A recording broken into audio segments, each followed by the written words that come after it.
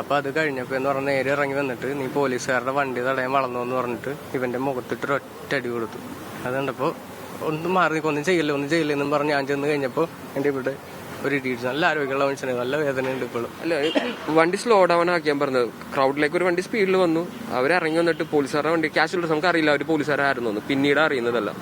ചെവിക്കലിന് ഒരു അടി തന്നു, അതുകൊണ്ട് കുറച്ച് ഡിസിയാണ്, സംസാരിക്കാൻ കുറച്ച് പറ്റില്ല. പിന്നെ ബാക്ക് ഇഞ്ചറി ഉള്ള ഒരാളായിരുന്നു. പിന്നെ അവരൊരു സ്ഥലത്ത് പോയി എന്നെ ഓടിയിരുന്നു. നമുക്ക് കുറെ ഒരു 4-5 പേരുണ്ടായിരുന്നു. പിടിച്ച് കാറിൻ്റെ അകത്ത് കയറ്റാൻ നോക്കി, ഓടിയൊരു സ്ഥലത്ത് വരുന്നു. അവിടെയും വന്നപ്പോൾ തിരിച്ചു ഓടിക്കാൻ ഓടന്റെ ഇടക്കൊന്ന് വീണു, വീട്ടിൽ കയറി ഒളിച്ചിരുന്നു.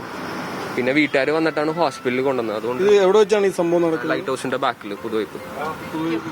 നമ്മള് കൊടുക്കണ നികുതിയിൽ നിന്നും എല്ലാത്തിൽ നിന്നാണ് അവർക്ക് ശമ്പളം കൊടുക്കണത്.